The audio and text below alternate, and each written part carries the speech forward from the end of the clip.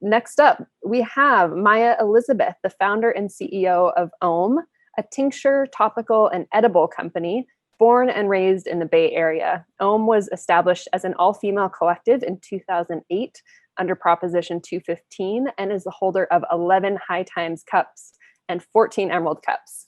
Give it up for Maya. Thanks for being here. Sharing the stage with her today is Sue Taylor, the founder of Mama Sue Wellness and the co-founder of Farmacy Berkeley. Sue founded ICANN in 2009 with her son and daughter-in-law with a vision of opening a community dispensary focused on educating seniors about cannabis, improving their quality of life, and dispelling stigma. She is the co-founder and executive director of Farmacy Berkeley, a cannabis dispensary known for providing the most up-to-date cannabis education, high-quality products, caring staff, and a safe place to consume medicine. Mama Sue's mission is to close a generational gap and help eliminate the stigma surrounding the cannabis plant. Sue believes we are at the forefront of a medical breakthrough with emerging studies proving the health benefits of CBD for the endocannabinoid system. She has seen firsthand the healing benefits received and is out to change the mindset of reefer madness to one of curiosity and social acceptance. So this will be a 30-minute one-on-one conversation about natural healing and wellness. And I'm going to pass the mic over to Maya. Why don't you get started with the first question? Thank you both for being here. Thank you very much for the beautiful introduction, and thank you for including me in the conversation. And thank you to Hua and Meadow for organizing this event. I'm honored to be here because I've looked up to Sue for a long time. And I'll start with the first question. Sue, would you mind explaining a little bit about your personal connection to the cannabis plant and what your philosophy is? Yes, and thank you, Maya. It's an honor and a privilege to share this stage with you. My personal philosophy about the cannabis, I guess, is rooted from deep within. The cannabis plant has really turned my life and my view around concerning health, because I work with the senior population, and cannabis will be the #1 ingredient that will help turn this pharmaceutical approach to healthcare around, especially the elders. We're the largest demographic, and we're the ones that have more ailments than most people. And because we have the endocannabinoid system that works with our bodies, it can help bring healing to almost every ailment that seniors may encounter. And not only seniors, really everyone. But I'm targeting seniors because we're the ones, as we age, oftentimes our bodies, it needs help. And so I'm deeply committed to this plant, and will continue to spread my philosophy and my love and care for cannabis. Beautiful. And Maya, are you there? I'm here. Okay, there you are. And so, Maya, I would like to, in turn, ask you that very same question of what is your philosophy concerning the plant? And you've been in it a long time, like I have, and your relationship for the healing components of the plant. I share a much similar perspective as you. I really feel that cannabis is our birthright. Every mammal on this earth has an endocannabinoid receptor system, and we have more than 200 endocannabinoid receptors all over our body. They start under our tongue and in our mouth, and we only have 8 opioid receptors. So if, God forbid, somebody was on their deathbed and you dropped medicine into their mouth, we could only hope and pray we would have a receptor to receive that medicine in our mouth, sublingually. The very first thing that touches our mouth is an endocannabinoid from our mother's colostrum, and it stimulates our appetite and has us suckle and survive. It literally gives us the munchies. So it's a beautiful tool And our endocannabinoid receptor systems govern all of our most vital human functions, like our mood and our appetite and reproduction and sleep and digestion, and creativity and literally everything. So every single thing I do in the cannabis space comes from this deep connection to this plant. I consume cannabis all day, every day. I have been heavily from a young age. And even to, reach a level of connoisseurship or someone who can appreciate the different levels of cannabis, because this plant completely reminds us that variety is the spice of life every single day. You have to have a tolerance. And so we can provide all the education we can, all the safe access to products we can, all the consistent products that we can. But until each individual intakes and consumes and forms a connection to this plant, and it could even just be through topicals and CBD, we can't lead, you can lead the horse to water, but you can't make it drink. So, everything that I do trickles from a deep love for this plant, and it helps me deal with every single thing in life. And yeah, that's kind of my personal connection. Definitely a spiritual, physical, and energetic, and all-encompassing herb that touches me in all the places. So I'll ask you one, Sue. Okay. You look so beautiful, by the way. Thank you. Yeah. I know that you've done a lot of work with seniors, and it's made a huge difference in the space. I wanted to ask if there is any particular case that was a success story for you that you feel like sharing with other people.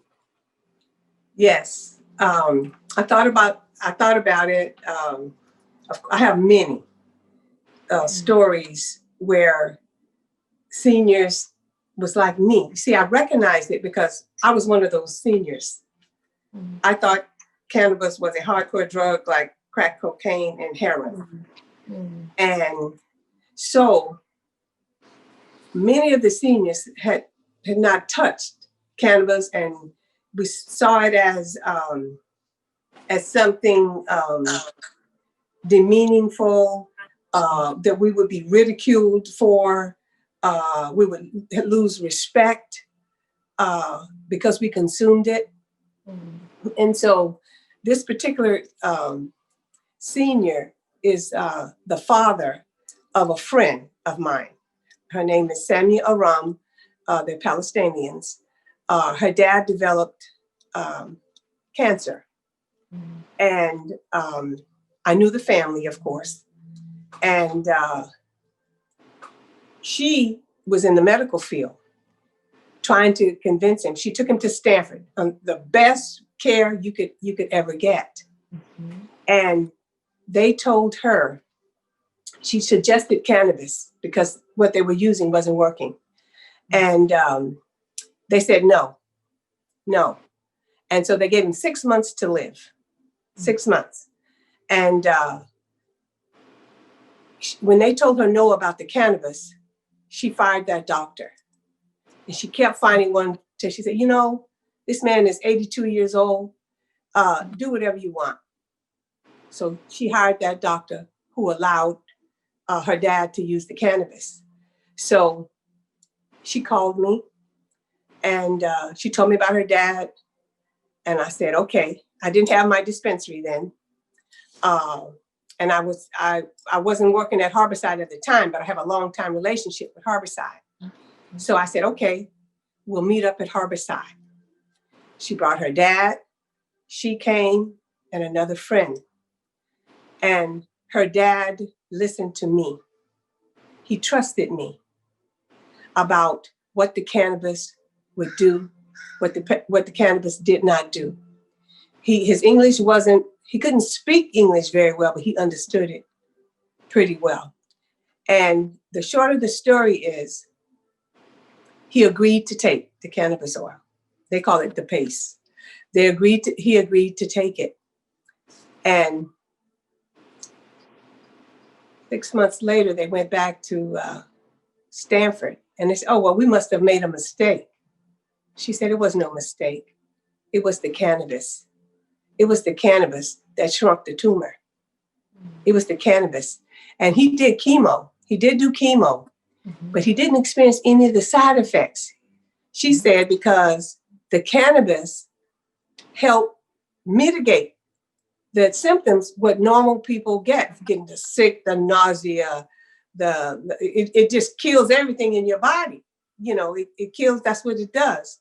It not only kills the cancer, it kills all your healthy stuff as well. So anyway, the short of the story is he didn't have it. Now, I'm not saying that cannabis cures cancer. That's not what I'm saying. I'm just saying in this instance, the cannabis played a viable role in getting him to where he is today. And it's been over 6 years.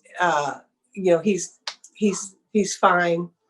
And he loves and respects me. And he was against it. And it just warmed my heart to help my friend, his daughter, and her aging parent. And it's stories like that, Maya, that won't let me turn my back on cannabis. I don't care how scared I get. I don't care how I'm ridiculed.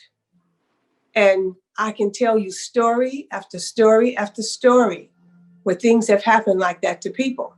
You see, I didn't choose this plant. This plant chose me. That's why I know it's a spiritual plant. It chose me. And I'm 73 years old. And I made a conscious decision that I was going to make this world a better place because I lived. Because I lived. I just didn't want to exist. I had no idea it would be cannabis. If somebody had told me 12 years ago I'd be an advocate for cannabis, I said, oh, baby, you've been smoking too much. So I cannot leave this earth without doing what I can to help to eliminate the stigma and educating anybody who will listen who wants a better way of life. I can't turn my back on that. So thank you. Thank you. Okay, now I have one for you. You've been at the forefront of holistic medicines and wellness. And your mission, as cannabis as a superfood. I would like to more about how you got started and where did you get the understanding of that? Absolutely. Well, Anne, I just want to thank you for sharing that beautiful story. It's a cannabis miracle. And they happen in all different types of levels, you know, and healthy cells don't have cannabinoid receptors on them. Cancer cells do. So unlike chemotherapy, when we ingest cannabinoids, it only goes to the cancer cells and it tells that cell, you're a mutant, you are supposed to kill yourself. You should kill yourself now. And the cell listens while choking out the blood vessel and taking away our nausea and pain and helping us sleep and helping our mind relax so that our immune system can do what it already does best, which is fight off things. So it really is a miracle when it comes to cancer cells and cannabinoids. One of the things that keeps me alive is Rick Simpson oil. I can't stop. I won't stop. I call it the miracle maker. I'll never stop making it. It's changed so many people's lives on so many levels that I can't still feel connected to this work in a compliant environment without doing these types of angelic side good deeds of service through this plant, you know? And that connects directly to the fact that we do view cannabis as a superfood. There's no other plant in this world that has such a vast therapeutic offering and variety of offerings and talents for our benefit than cannabis. It's like arnica and tea tree and a million other herbs all in one. I can't think of one other plant that does as many things as cannabis. You can even take something like vitamin C. You know, vitamin C could keep you alive for the rest of your life. You can't put it on a cut and it will heal. You can't rub it on your muscles and have it take your pain. It definitely won't help you sleep. And it, you know, it might help with killing cancer, but not in the same way that cannabis does. So in the spirit of this plant, she's so inclusive and she's so non-discriminating. There's never a time that someone consumes cannabis and cannabis says, I'm not going to do my job today. I don't feel like taking your pain. I don't feel like helping you sleep. I'm not going to eat your skin cancer. I'm not going to help with your nausea. So in the spirit of this plant, let us all remember to be inclusive and compassionate and use every part of everything. You know, so the terpenes are so therapeutic. Hemp seeds, they contain a royal flush of omegas you can't find anywhere else, like 6, 8, 9, and 11. The roots, there's a whole cluster of terpenes in the roots that don't exist anywhere else in the plants. They came up in the Materia Medica over 2,500 years ago in Chinese medicine. They used to use them as a poultice and after birth care. And they're really good for digestion because they're very bitter. They're not like any other terpenes found anywhere else in the plant, you know, and the high is just a side effect. It's desired by many, but not by all. And just as we're fluid and we change in life, this plant can change with us. And what works for us one day might not work for us the next day. And we get to work together because it's a deep personal connection, which in my opinion is one of the most artistic and beautiful and poetic things about cannabis. So yeah, we like to keep our ECS saturated through CBD, through topicals, through cannabis hydrotherapy, which is actually entering your colon and your yoni, through edibles, through fresh juices, any way you can. You know, the ECS balances your whole system. So keeping it saturated is like keeping yourself kind of armed, for lack of a better way of putting it. Even when you look at the living plant, cannabis plants have more of a threshold and defense against molds, pesticides, and harmful rays from the ozone than any other plant. They eat more than any other plant. They eat more toxins than any other plant. That's why hemp can save the world. So when we take that energy and those antioxidants and we use them in and on our body, it's taking the magic and spirit and protection of the plant. Like, why wouldn't you, you know? And I'll finish with one last thing. I don't want to take too much time on this question, but, you know, the government patent is a great place to start with people who are non-believers and for ourselves. Look it up. The government has cannabinoids patented, CBD particularly. For what? Antioxidative properties and neuroprotectant properties. A neuroprotectant is a giant umbrella term for brain protection, things like MS, dementia, all types of things that, God forbid, nobody would ever want to get. And antioxidants they cancel free radicals, and free radicals cause illness and wrinkles. So, you know, after all of these multi-dimensional offerings, then comes this like super beautiful beauty aspect too, like putting it on your skin makes wrinkles go away. So it goes on and on. It even spikes the female orgasm. I mean, what can't you do, you know? So yeah, cannabis, in my opinion, is definitely a superfood, and I hope everyone will strive to get it on and in their body every day. Yeah. Thank you. Thanks. Thank you. I'm learning a lot. Oh Thank my God. you so much. Thanks. I can be a weed nerd. No, you're perfect. It's super interesting if you like cannabis. Let me ask you something, Sue. Okay. Okay, where are we? Okay. As someone with a spiritual background and an interest in Reiki and yoga and acupuncture and other holistic practices, tell us about how cannabis weaves into that for you. It's a perfect fit. Yeah. It's the way I heal my body. Mm. I do all of those things, the Reiki, the acupuncture, the yoga, all of that. I exercise my body on a regular basis. I eat well most of the time. Cannabis fit into that spirituality because it's body, mind, and spirit. It's the total person. When I'm doing presentations, when I talk about the cannabis, I said, don't just consume the cannabis. I said, it'll help you, but you have to do some other things as well. It has to be balanced. Meditation, yoga, exercising the body, treat your body well. These are all spiritual components. That plant is a spiritual plant. It fits right in because of the endocannabinoids, because of that instant, causes balance in the body. Our creator put it there. We were born with it.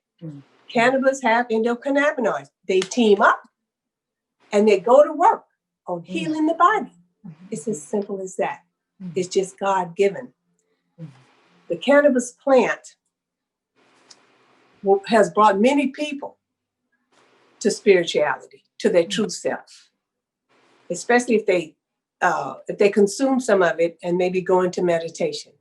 It just given hope. I remember there was this guy, he was a dentist. He had cancer. He was trying cannabis. He tried cannabis. And I asked him, I said, what changed your mind about the cannabis? He says to me, he said, my perspective changed. He said, I stopped focusing on the cancer and I started focusing on my grandchildren, my kids. I started going to more of their little league games. I saw the world as a different place. I saw not that I was spiraling down, but I was spiraling up. And you know, one of the rules and principles of the universe, what you focus on expands. He took the focus off of the dying cancer, how you just described what that did, the cancer cells does, and the chemo spiraling down. The cannabis plant spirals you up. It changes your perception of things. You could see things in a different light. So if that's not spiritual, what is? What is? If it brings a person back to their true holistic self, give them a look at it for those who are open. And Maya, I never try to convince anybody of anything. When I'm I just give it information, education for those who want it. I don't want to change anybody's mind. That's not my job. My job is just as yours. It's just to educate. And those who are consciously ready will get it. Consciously ready, they will get it. Because if you try to make them, say like my friend's dad, if I try to make him and push the information on him, it wouldn't have worked for him. Because the mind is a powerful thing. You tell your mind it won't work, it won't work. We have the power to change our thoughts. Power of choice. You could choose thoughts that'll spiral you down or one that'll lift your butt up. And that's what we do. We choose that. You know, I have a friend that's visiting April, and we had that conversation this morning. Wake up. We don't always wake up in our best self. But when we recognize it, I'm not my best self. You have some things in place that'll get you there, get you back to your true self. Whether it's meditation, going for a walk, whatever it is. You have to know your body well enough, and you have to control your thinking. It's a choice. And so the plant is definitely a spiritual plant for all of us. Thank you. Now, I have a question for you. And it's about, I was excited most about this question because you're a woman-owned business, you're an entrepreneur, a woman, one of the first in this area, right? In a all male dominated industry. Now, I know you won several Emerald Cups, all kinds of awards for your elderberry tonic, all kinds of things. And you know what? And you know the rose geranium bath oil? How long have you been making that? I need for you to answer me that. Probably about a decade. Let me tell you, I went to my cupboard today and I found a bottle of it that I've been having for at least 5 years. I have a little bit left. So good. But I would like for you to tell everybody, what was it like being a woman? And I want to know all of those awards you got. I just want to hear it as a woman because young people and a person such as myself, I want to be encouraged by a person like you. And another part to this question, but I want that first question answered. You got that? Yeah. How do you think about blending natural ingredients with cannabis? First, I would like to hear your story about winning all those awards as a woman. Can you share that? Thank you. And I want to hear about all of it. Thank you. Let's see. Well, I bet that rose geranium oil is still good. That stuff never goes bad. It's got an incredible shelf life. Okay, Yes, good. Yes, I'm rocking it does. body oil from like 8 years ago. I'm like, still good. Yeah. Well, you know, I worked with a lot of men. I've always worked with a lot of men because I've worked with cannabis. I used to broker cannabis. I used to be a career trimmer. I used to make hash for a living. I used to sell it to Harborside when Steve D'Angelo was the buyer. And honestly, I never dated any of them. I kept myself as my own person because I didn't use that as a means to get what I wanted or make money. In a sense, I kept attention. Not attention, attention. And I knew I was swimming with the boys, but I was very connected to the plant, which I still am. And so I feel that when I do formulation forward work where I'm rippling out experiences of relief for people, that's when I'm truest to what I'm doing. And instead of trying to go and convince people one by one, you know, I think I'm making a quality product. I've got this thing, I've added other quality ingredients.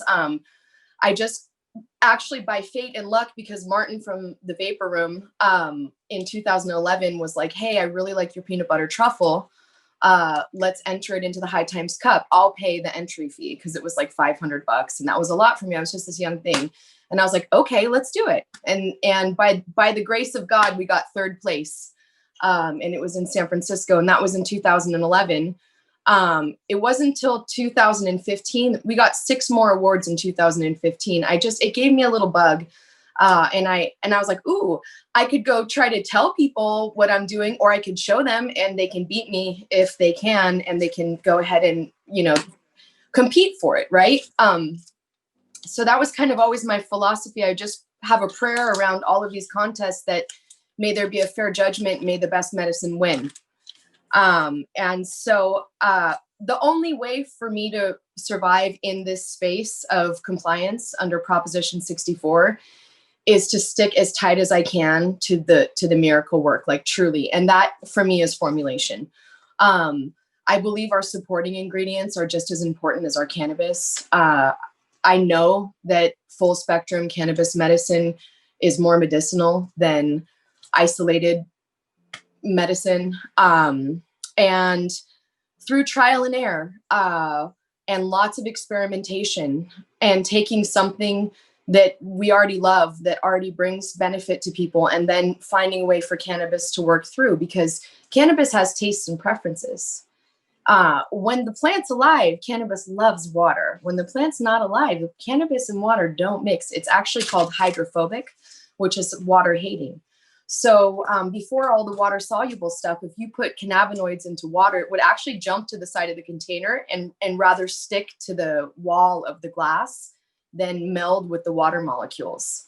So even when you make cannabis tea, that's still therapeutic, but if you want it to get you high, you're going to have to add some oil, like, you know, milk, a fat, or a sugar. So basically, sorry, I'm getting off track, but super long story short, and just to finish that one thought, cannabis actually loves fat. So that's why we do all kinds of butters and oils and MCTs. Yeah, it's lipid loving. And so anyways, long story short, our philosophy in a nutshell is if the supporting ingredients are as good and chosen with as much care as the cannabis, superior formulations are made. And instead of talking about it, we just tried to just, you know, do it. And so the Emerald Cups are the most near and dear to my heart because it's from the basket of cannabis culture here in Northern California. The reason it's in December is because it's around harvest time. It's all organic flowers judged by, you know, industry connoisseurs and leaders. So that was just kind of my little lane. And that's where we just try to stay in that lane because we're fixated on creating the best products possible. And that's like are, when I focus on that and only that, life is good. When I look at all the other distractions about who raised how much money and whose smoke and mirrors are like this and whose smoke and mirrors are like that, who's copying me, who's doing this, like I can get really sidetracked. And so I just cling to the real work, formulation, and rippling out opportunities for relief, one salt at a time. Yeah. Yeah. Thank you. Thank you. Okay, let's see. So here, I've got one for you. So you yourself have overcome the cannabis stigma, which has changed your attitude about cannabis personally. And you are now the first African-American woman to own and operate a cannabis dispensary here in Berkeley. How was that shift for you? What was that process like? What was it that shifted for you? And maybe you can talk about your personal journey. Yes, now, that's a loaded question. That's a whole show. That question, it could take a whole day, but the journey has been incredible for me. Like I said before, it was spiritually, it chose me. I didn't choose it. It was a struggle. Took 12 years, but I'm a firm believer. Everything happens in divine timing. I didn't worry about it because that 12-year span, I learned so much about the plant. I was scared to death. And now I'm the trusted face of medical cannabis. I have my own products, Mama Sue Wellness, 3 tinctures for sleep. Most people go to cannabis for 2 things: lack of sleep and pain. That's right. The 3 tinctures that I have deals with that. The Mama Sue Sleep formula deals with the sleep, and I have 2 for pain relief, regular and extra strength. The pain relief has helped me. I went through this horrible period of anxiety through this pandemic and stuff. And what helped me is the pain relief, because it helps with anxiety. Now, a lot of times when I first got started, Maya, I was afraid of cannabis. I was still scared. I still had that deep within, that rooted thing that it was bad, and I would get high and crazy out of my mind, reefer madness, and people jumping out. All that would play back to me. And I really have to talk to myself. So the journey has been incredible and sometimes very difficult. We've had some very difficult times with investors and getting money to get us African Americans. It wasn't easy, and the rules weren't the same for us. They would have arrested us, especially my son, my Black son. So I became the face because I said, well, they ain't gonna arrest me, but they would have him. So we really had to do it right. We had to be legal, because back then people were just throwing up cannabis dispensaries everywhere. They just go slap their hand. The white boys, they slap their hand, take their goods, and they go open up in the next city or a few blocks down the road. They would have incarcerated us, and we'd have still been in there. So the journey has been incredible because we've met a lot of wonderful people along the way, such as yourself, the D'Angelos, and my new group that helped me with the Mama Sue tinctures. I've always wanted my own products. They were able, the Glass House group, they were able to get them, and Farmacy Berkeley is where you can get them. And then in Southern California, at Bud and Bloom, the Pottery, and the Farmacy Santa Barbara. That's incredible for a person like me. It had to be God just leading the way, our Creator just guiding me through this. It wasn't me. Because I never would have chose it. I was too frightened. But I've learned. Oh my God, have I learned? And I can't turn my back on the healing that I've seen this plant do. I cannot. And so the journey has been one for me. It's a gift. This plant has been a gift to me because it's really made me a better person. I'm happy with the person that I've become. I love Sue.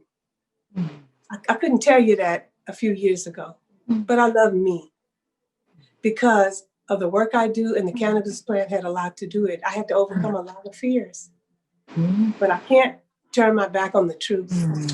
You know, you can't, just like you. We're kindred spirits in this. Everybody who's in the cannabis industry, they were chosen.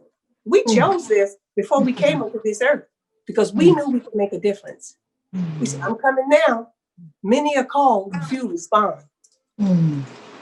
Okay, let's see. I have another question.